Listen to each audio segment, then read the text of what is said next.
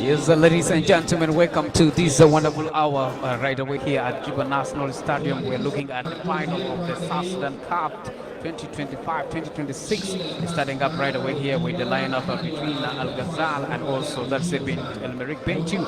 And we're looking at the first starting lineup of the two teams here. We start with Al Ghazal, whereby Al Ghazal is starting up with the jersey number 1. That is none other than Alberto Simon, who is the goalkeeper. And we have also number 2, that is a Tong Madong. And we have number 3, that's a Yuba Kor. Number 11, David Benson, who is also known as David, who is a team captain. And we have number 12, we have that's the Janja Osmamba, who is also there. And number 15, we have Gabriel Gum. And number 16, we have Joseph Kenyi. And number 17, Omar Sebit, who played for El Merrick area. And today he's going to be battling up with El Merrick. And also we have Justin Wani, who put on jersey number 18 for Team Al Ghazal. And we have, let's say, Oyala Habibo, who is putting a jersey number 20 for the team of Al Ghazal. He is a goal machine for the team. By the way, after a long time, he has not been appearing, but today he's right away here.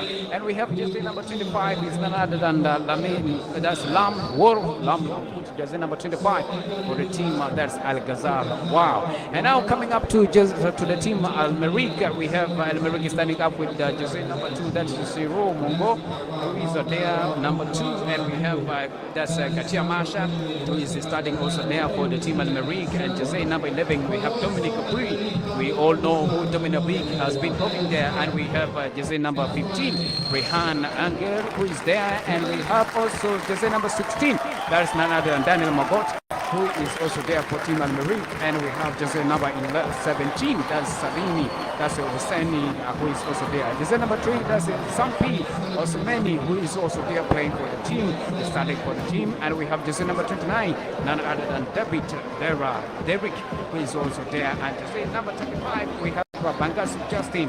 We all know Bangasi Justin, who appear also in the South Sudan national team, in the team of let's say Big Djibouti. And we have jersey number 45, let's say Sharin, who is also there for the team.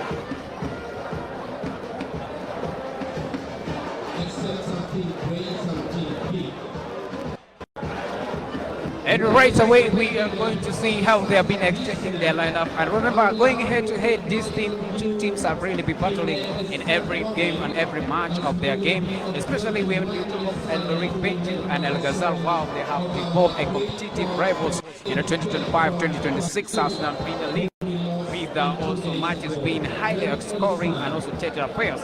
As of May 2025-2026, they have to be competing. So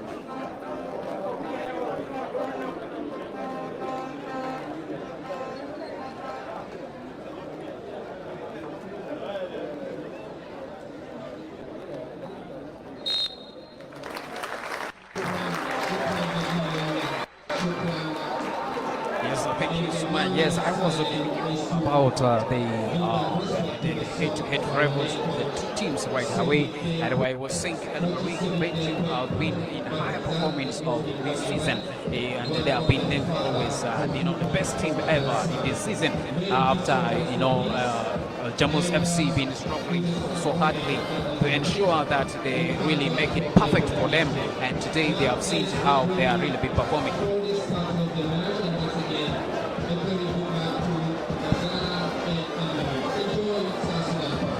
And we have seen them in December 2025 in the SSPL, that's the South Sudan Premier League, when Bentiu City managed to beat Al Ghazal by 3 goals to 2. And also after the May 2, we have 2026 SSPL Al Ghazal. Wow, Al Merrick had to beat them also 2-1. And whereby in this draw with South Sudan, we have also seen them also growing in the second league, reporting indicating very tight in the match of the week 25. And now here we start the gig right away here. Now El Ghazal. El Ghazal is still rolling at the ball. That is Habibu trying to put it into the back. And a fast throwing in for the team. Let's see Sabit Omud, who is going to be taken down with a long on. And now a good pass is again to Omud. Omud with a crossing coming into the box. Get it out by the Osmani. And now Oya Habib. playing it right away. They're giving it to the Jama Osamaha. And a long chance there in the box, 18 there, because offside miss there. And locating him and giving him a good chance. Oh, that's Joseph Kenyi, who really tried to make things work out.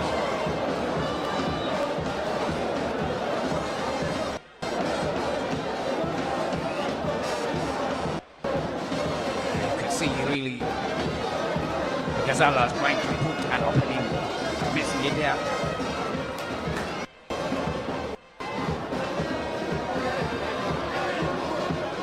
Now, John, known as Chikidi, he really put a lot of efforts to El Merreikh in the semi-final or the knockout again.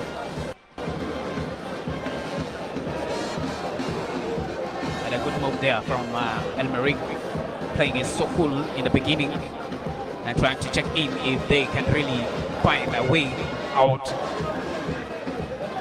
Now, Osmani playing it backwards to Nasir Rehan. And now Ghazal has to take it again.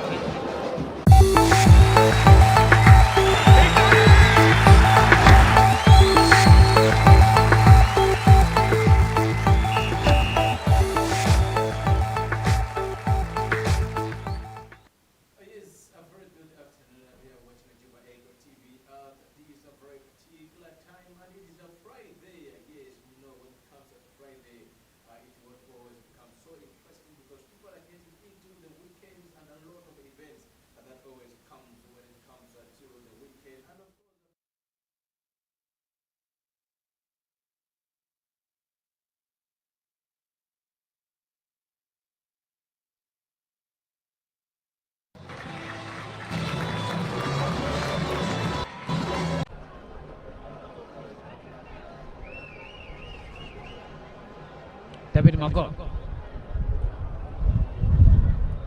Hassan, Derrick, taken out, Habib. Habib is really playing some kind of game, I don't know what. But let us see what he has to do here. Gabriel. But that's a foul already. I think from the fouls El Merreikh has been getting, and now they have to turn it back to El Ghazal. Seeing them also giving a lot of foul, I think this could be a pressure. Mahmoud with a cross. Taken out, intercepted. Now here is Mohamed Musa. Mohamed Musa. Musa. One-on-one. Musa coming in. Musa. Oh my goodness. He missed that one. Musa first touch with a pressure. That's really good. That is really good. Let us see what Musa has to do in these remaining minutes. Counting down already.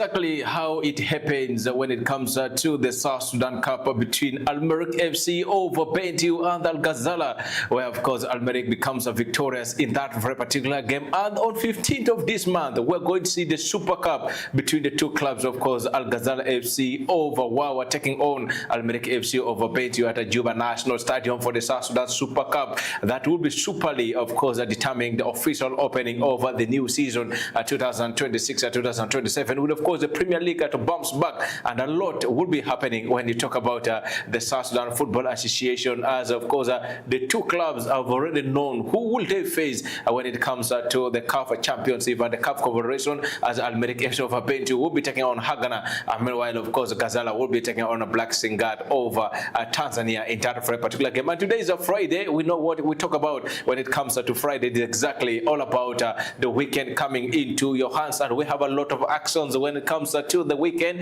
With, of course, the Barakazal Unity tournament starting off on 8, the finals of the Mujamiji tournament in Turit, of course, Eastern Equatorial State between Imorok. That is one of the games that will be definitely crossing ahead to Turit and watch this very particular game. And, of course, a lot of friendly pre-season preparations for that is the new edition season for the third edition of the South Sudan Premier League and the Konyo League all on your way. And before I go further, I just want to say happy, of course, Friday to all the Muslim communities. I know most of them are just coming out from the mosque after having their prayer. Today is yet another blessed Friday as Isaac Dennis is together with his elder brother, Isaac Akenyi. That's how should I put it? Elder brother? Anything goes. Yes, a very good afternoon to you there. Good afternoon. How are you doing? I'm fine, thank you. You look fresh and so fantastic. What is happening in the football arena? What a way to get into the weekend with lots of stuff anticipated. The matches coming up, the friendlies going on. So a lot to look out for. So yeah, it is something of interest then.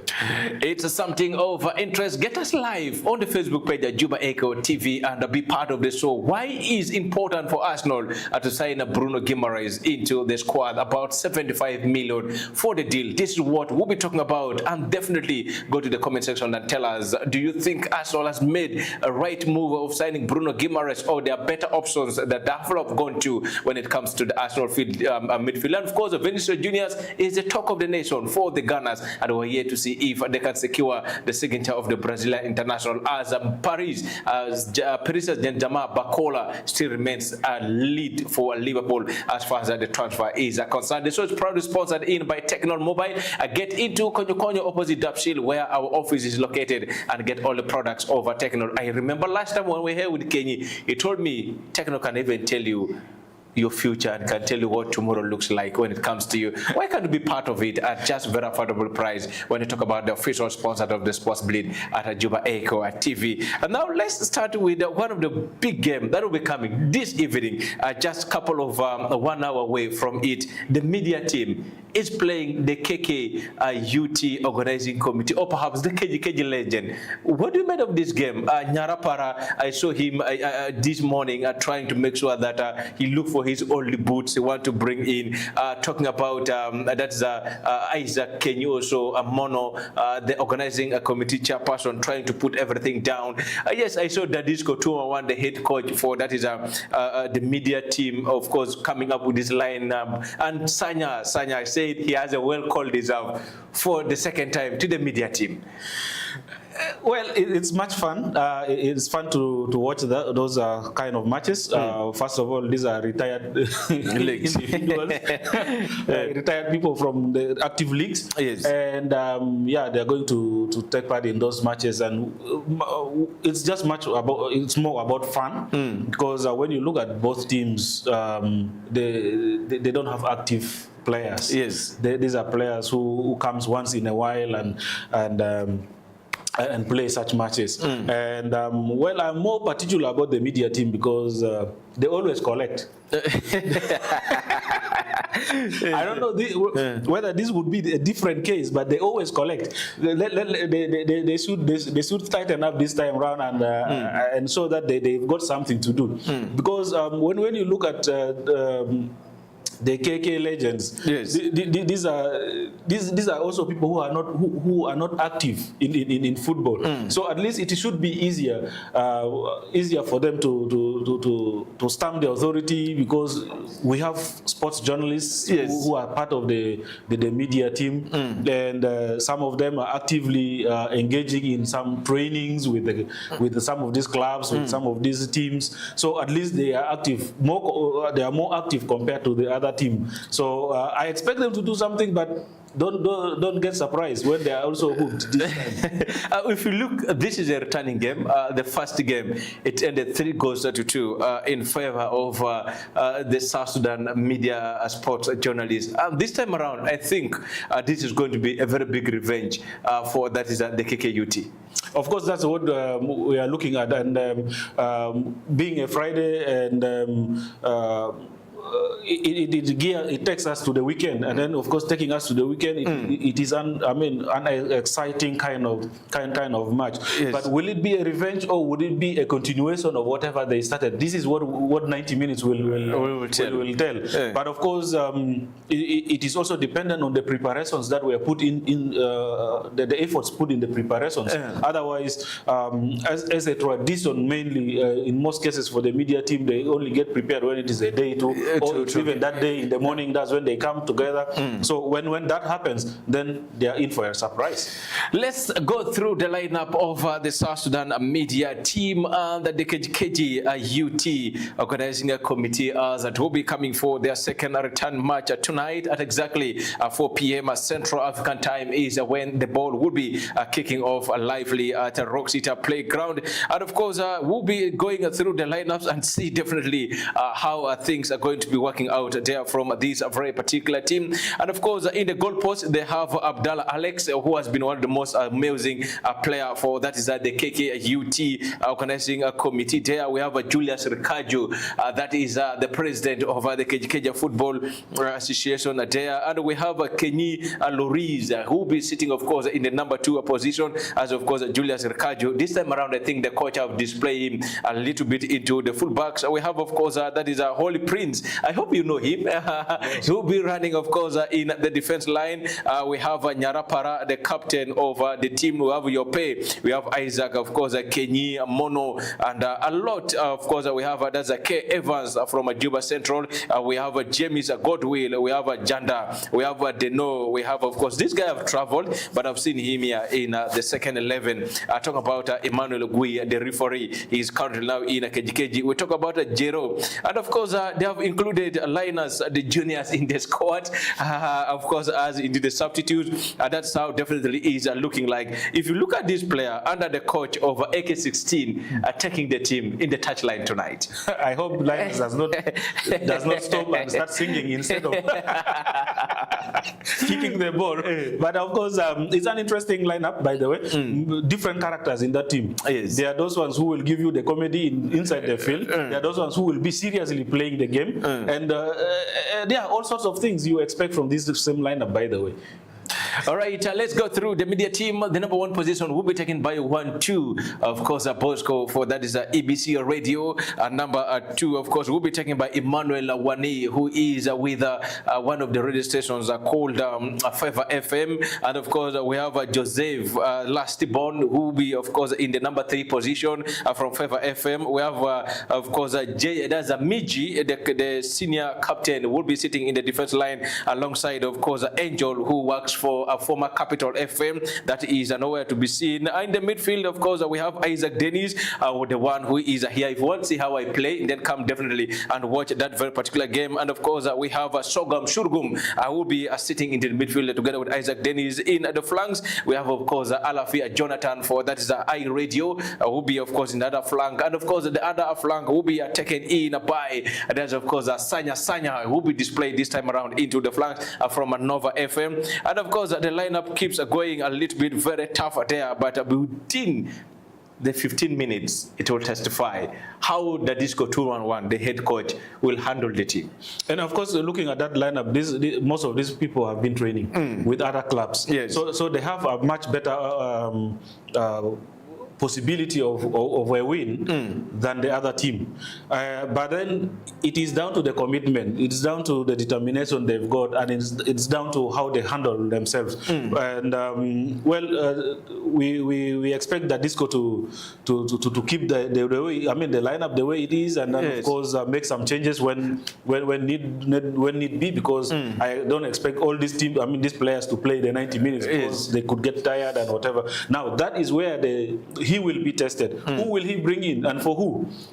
One single mistake you make collapses the entire chemistry of the team, and that will be where he will be tested. By the way, if you look into the substitutes, we have likes of Gordino for that's the one of the biggest page when it comes to the sports in the country. Has really worked very well for that's of course a hat trick. We have that's Gordino there for that's the sports South Sudan sports Lion Hunters. We have likes of that's Laku Patrick, who has been the former player for Viva Star, and still we have likes of Alex Brown from Mix FM behind the tactics.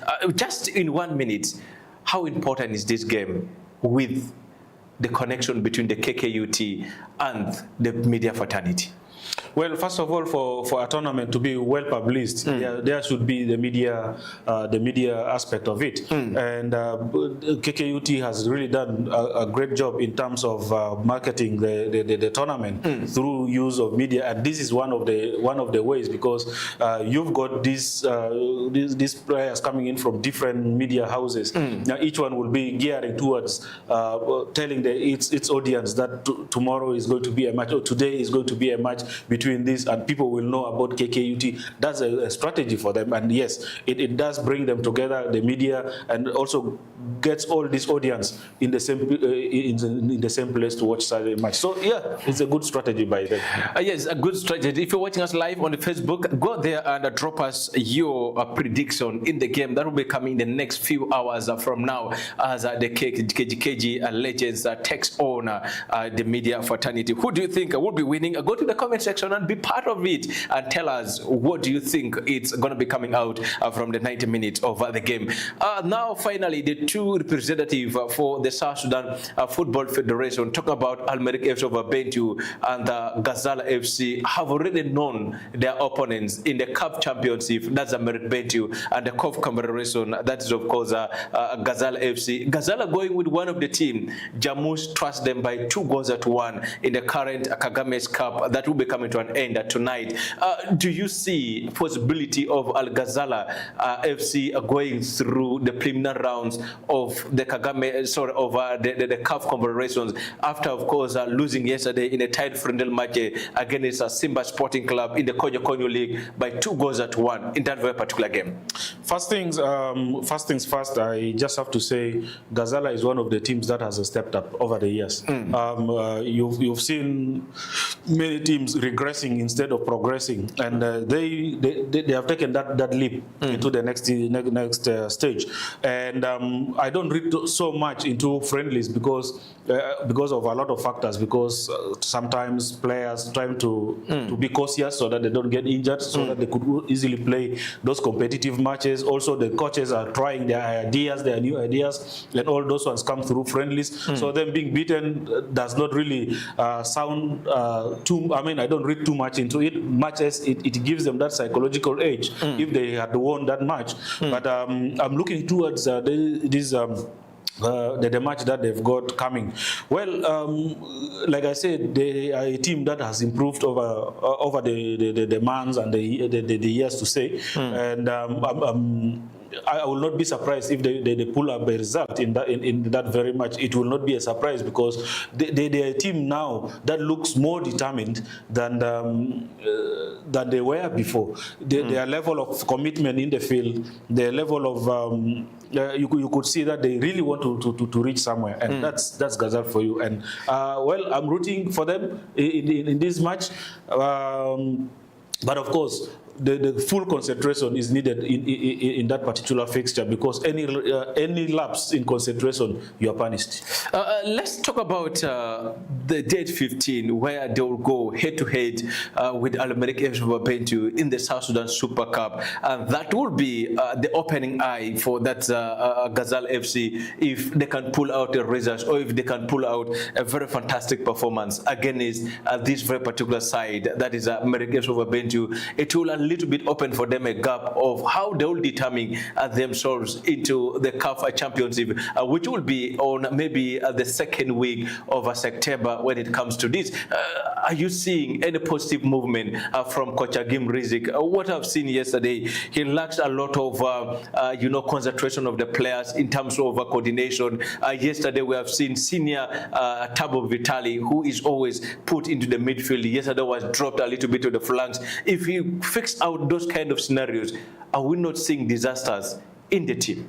Like I said earlier on, friendlies normally makes coaches, allows coaches to implement some of their ideas that they could not do it in matches, in competitions. Yes. So probably he was testing out, will my idea work? Will I use this? Yes. And if he notices that it really doesn't work, he will not use that. He will use the one that has worked for him. But of course, one thing we should really put into perspective is that El Merreikh is one team that you don't underestimate. They are a team that, for me, in terms of organization, they are the best. They are the team that is well organized. First of all, ranging from their communications team, department, to the players, and all that management they've got. Matches they are often at the moment with that, they don't have. Yes, they're still looking for a manager, right? So, but that does not take away the level of organization they have got. They still have the team in place. So that match is going to be a nerve-cracking match that we were looking forward to. And of course, hopefully before that match, they step up their interest and get a manager to take them through.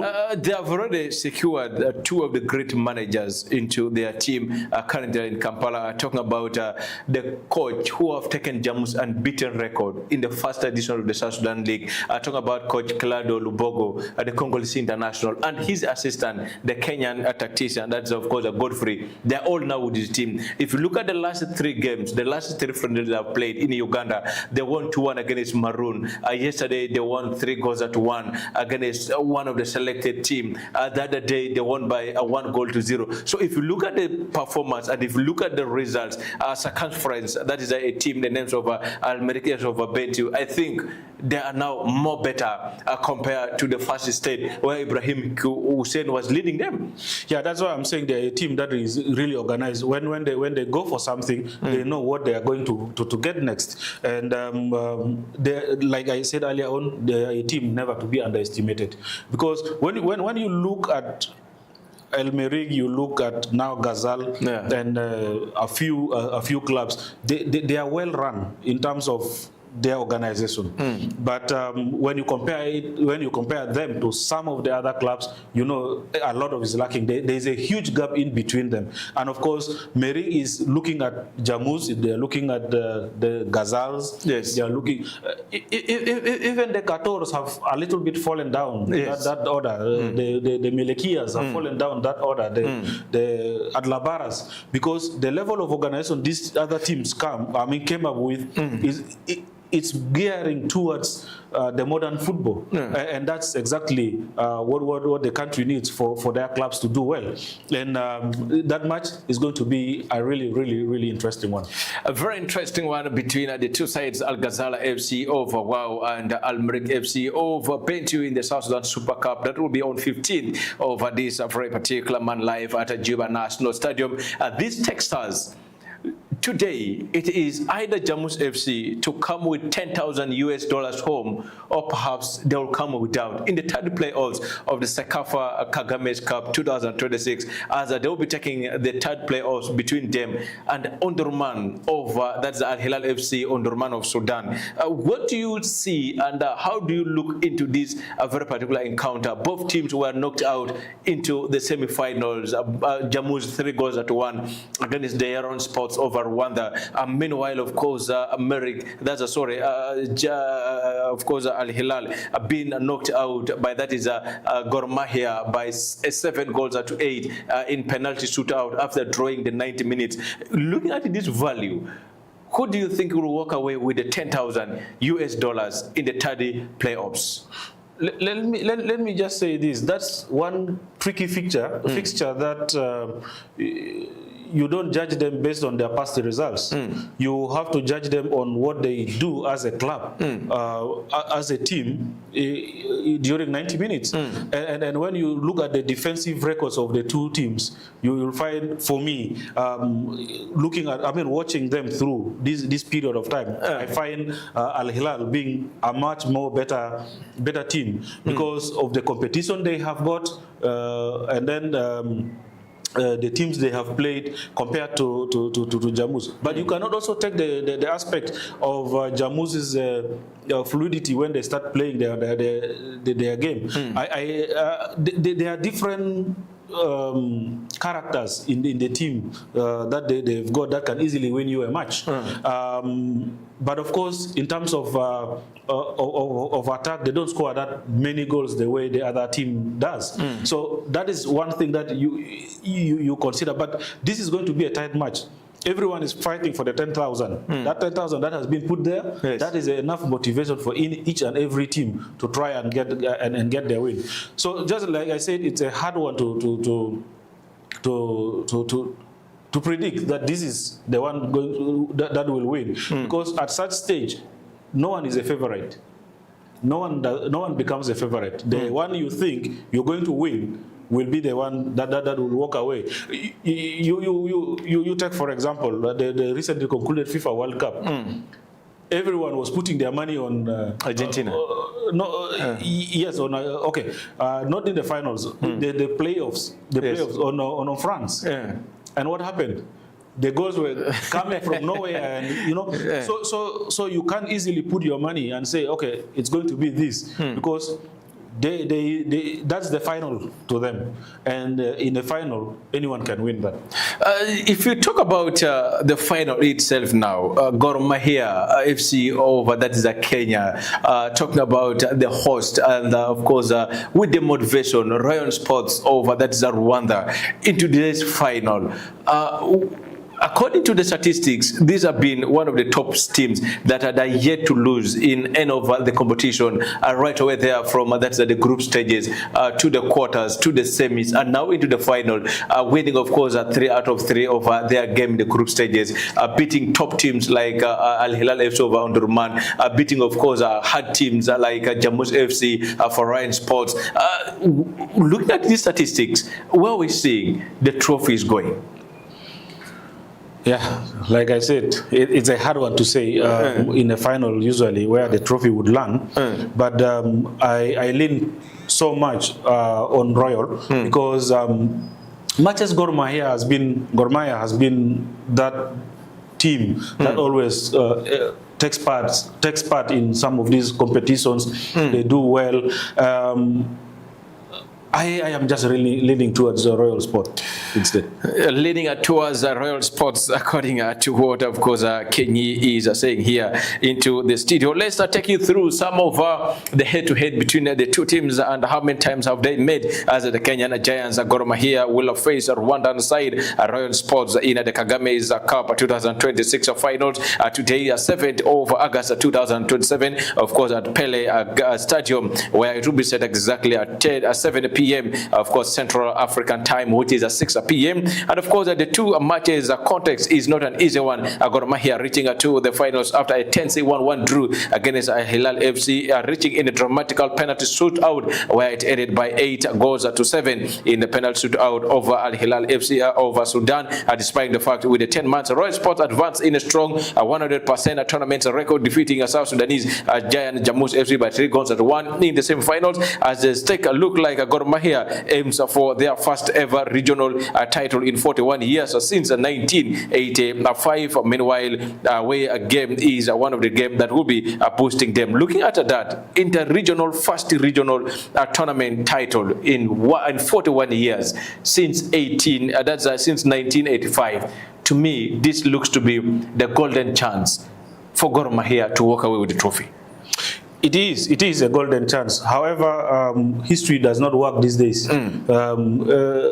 It depends on who wants it more. The one who wants it more will be the one who will get it. History nowadays is in the archives.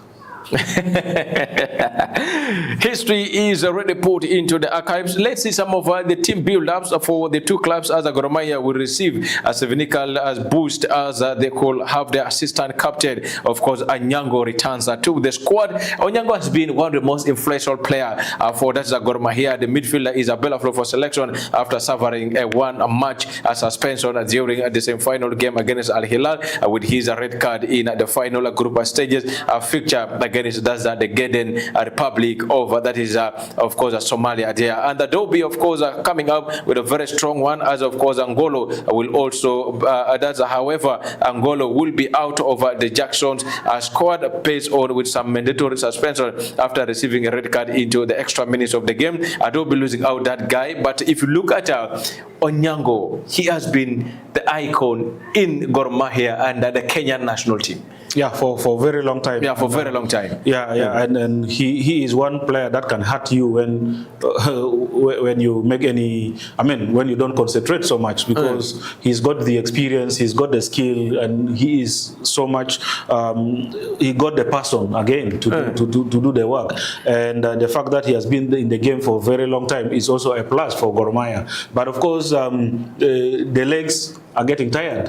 The legs are getting tired, and new blood is coming up from the other side. You can run him over. He uses his brain nowadays to try, and his positioning is one key thing for Gor Mahia that will help them. But of course, yes, we want to see how Royal will set up their team, whether they would use, because one way to beat Gor Mahia would be using those long balls. And if they set up their team in that way, then they can easily bypass the midfield through those long balls and then create so much load in the defense of Gor Mahia, and that could lead them to winning that match. But of course, if they decide to play if they decide to play football, the short passing, that sometimes they do, by the way.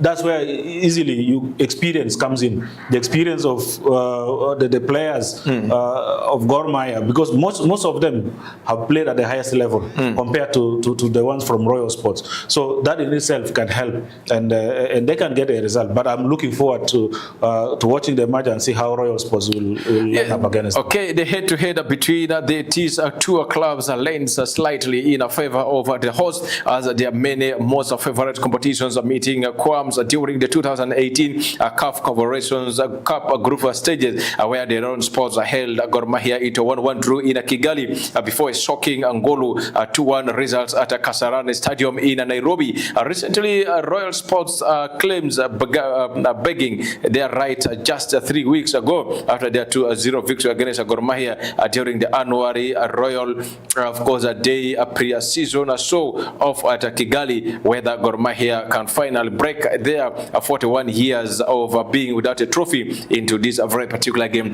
That's how it is, and that's how definitely things are heading between the two sides. And now let's cross into the European stories. Let's start the saga of Gianni Infantino with that is the UEFA, of course, body. This has not been just something of today. It has been really taking a very long time. If you look into the two guys and the reasons why the UEFA has boycotted a lot of things regarding Gianni Infantino, the president of FIFA. The recent controversials for that is the FIFA president Gianni Infantino is because of the FIFA forward entrepreneurship that he has developed. If you look at this project, the goal of this project, the introduction of the goal, FIFA introduced that is of course this very particular entrepreneurship or the forward entrepreneurship. It's a plan that was to create an annual subsidiary to run massive tournaments like the World Cup and of course the Club FIFA World Cup. The structure of this is all of FIFA wanted to sell only 20% of the major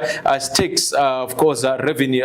That's the stake, a priority to private sectors such as the New York firm. Of course, talking about the World Emirates. Of course, that's the Arabs, which is about 20 billion that will be raised in rich capital to support, of course, the movement of football. If you look into Africa, if you look into Asia, if you look at all the 5 bodies that is under FIFA, this is an objective that Infantino wants to fund or to sell out some a little bit of facilities so that they will be getting income, and it will support the improve and the growth of football within the football bodies that are under FIFA. But the UEFA have taken it as a negative thing. According to your own perspective, we have been following this story. Do you think Gianni Infantino made it right to have this proposal? It's just a proposal. It has not gone into stages of starting it, but it was a proposal. It was leaked by one of the journalists or by one of the media personnel, leaked it to FIFA. And Infantino was to go through the proposal and call all the bodies to see if this proposal is worthy or is it not worthy for us to continue. But now a lot of controversies are coming out from this. What is your take? Is Infantino right, or is FIFA wrong when it comes to this circumstance? You know, you have to look at the two sides, the pros and the cons of this deal. First of all, he is not selling FIFA. Yes, he is selling part of it. That is the commercial part of it. Yeah. So that means when he sells that stake, the commercial part of it, teams, the organization of a tournament, yes, the venues, all these things, the logistics will fall under that commercial, could fall under that commercial team. Yeah. For FIFA now, their work would be like organize referees, organize, those basic things.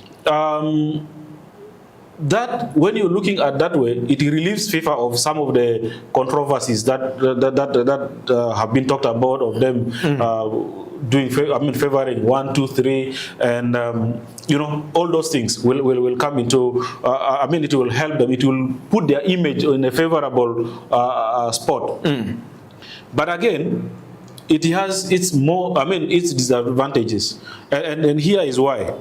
You give this to a commercial firm to run the commercials of this. Yes. That means they will have a say. If FIFA wants this tournament to be hosted in South Sudan, for example, yes, the commercial will say no, because South Sudan will not give you the money they want. They are more profit driven than you who wants it as a non-profit, because FIFA is, at the end of the day, supposed to operate in all this as a non-profit organization. Now you are having a for-profit business entity. For them, they're looking at their profits, whether it happens in the best way or not. Yes, that for them, they don't care. They want to get that money. Number two, if it is now the commercial aspect, a private firm that has a stake in something, I would say, for example, Cristiano Ronaldo brings more money than Lionel Messi. Yes. So what do I do? Portugal must continue until they win, so that Cristiano Ronaldo will be there. Or if Messi is the one that brings more sales, more such sales, then I should go for Messi, and then Argentina will go this way. So in other words, you are damaging the reputation of the game. Number two, the teams and the trust that people have in these tournaments will definitely go. People will not be thinking about this as a tournament that has integrity, but is a tournament driven by commercial benefits. Yes. So that in itself damages the reputation of the game.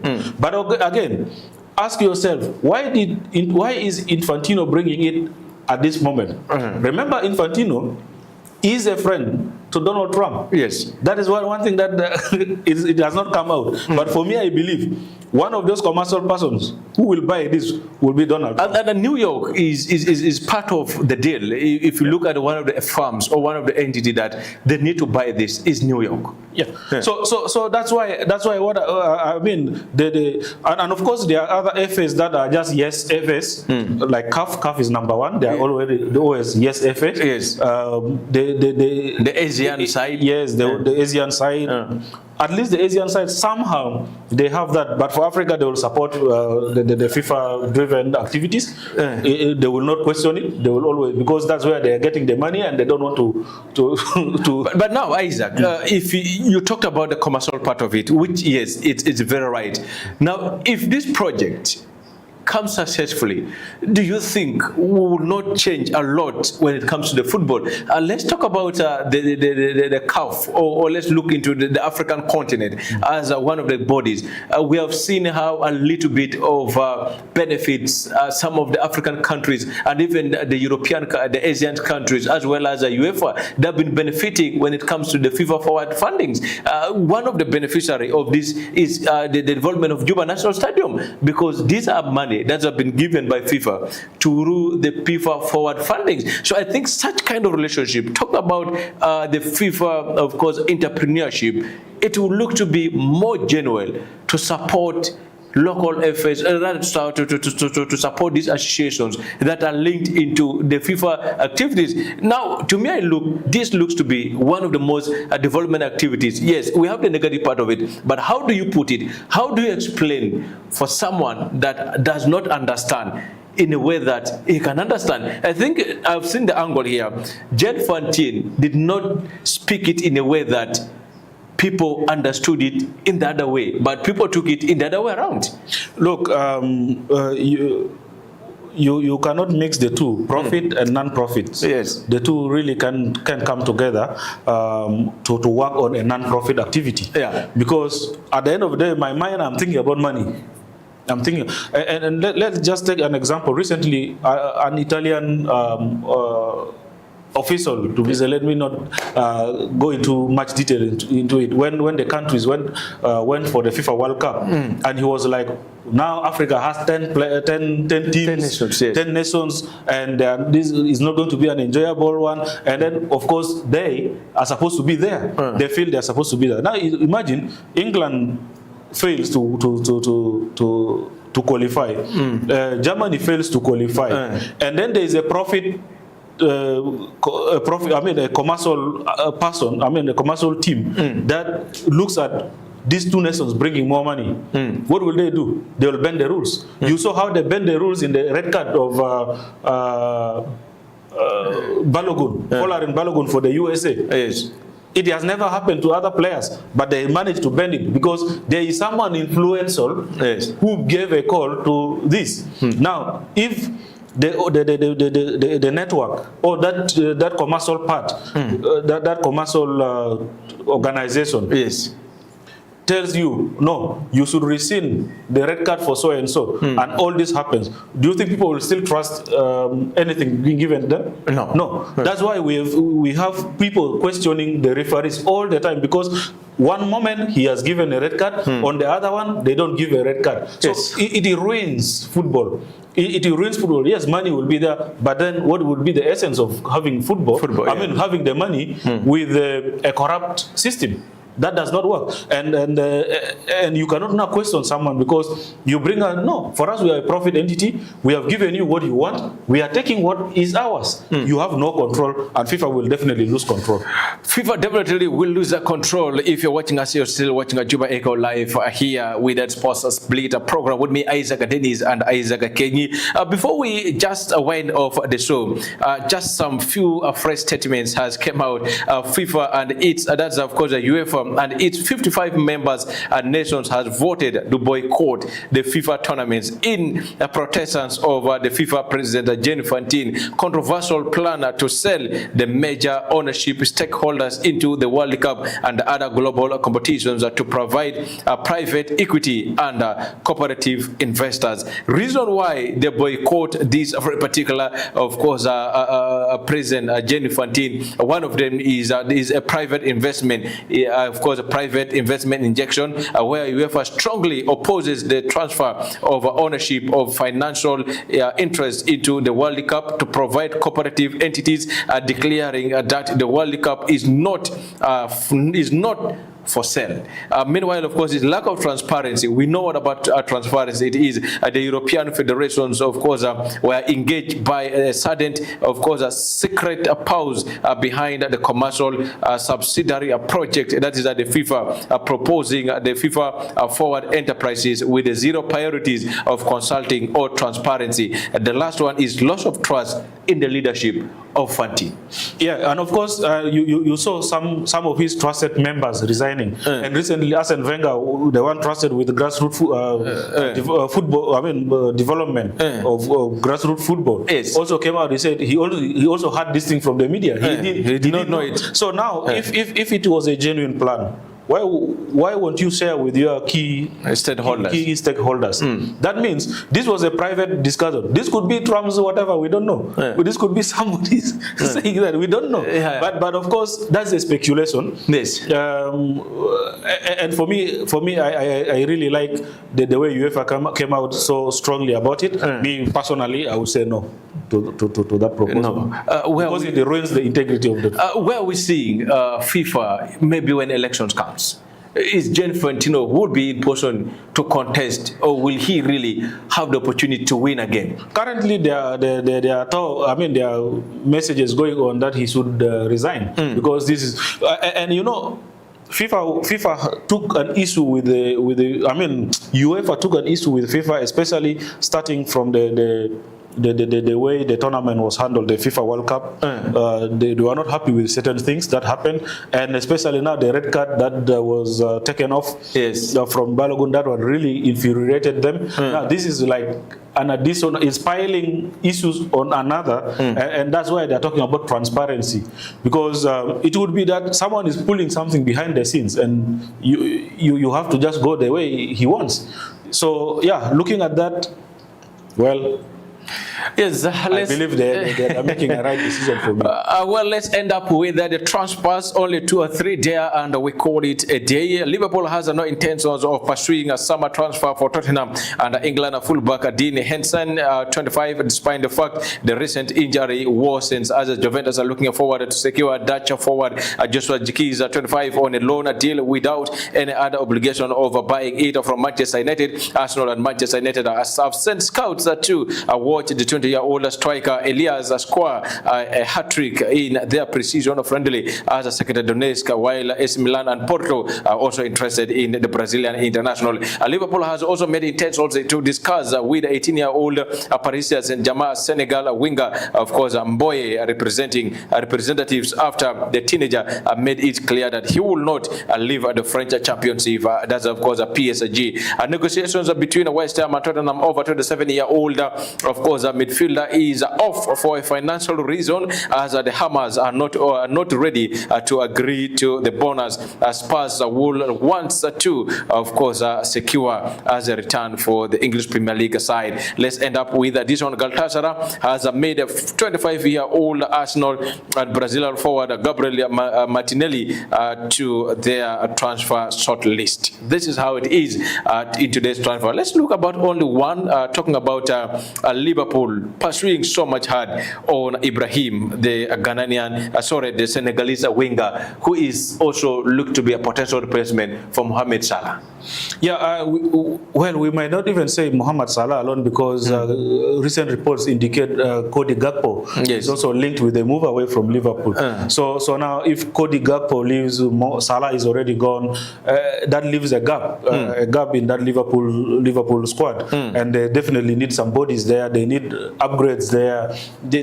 So they will have to look for those ones. But now, who is there? Who is available to upgrade? I mean, to be an upgrade on Salah? Who is there an upgrade on Cody Gakpo in case he leaves? Yes. You could look around, and it will be really difficult for you to find real replacements or upgrades to those ones. So you will have to look at those ones with a high ceiling, those ones with good potential, that you bring them in. Those will be the ones the coach has to work with them so that they reach that same level. Because if the Salahs did not come as they were before, they had to also be trained so that they gain the level of attention they have. Well, what could be your words? Because we are getting into the weekend mode, and of course from here we know where we're going. I'm looking forward to this KKUT and the media team. It's going to be so much fun that we're going to witness. And if you are close by, why not take some time to go and watch these matches, this match, so that you go and have the fun. And today being a Friday, what a way to end the weekend. I mean, to get into the weekend. What a way to get into the weekend. Don't forget to enjoy the products of Technola through the Camon 40, the Camon 50, Spark 40, and the Spark 50 has been the latest phones into the market for Technol mobile South Sudan. And yes, it is what it is. He has talked about it. We have nothing to say more than just getting our legs to Rock City. We know the fuel price is a little bit very hard, but we'll start working now. At least by 4, we should be at Rock City because the venue is now set for us to see the media team fraternity taking on KGKG legends as far as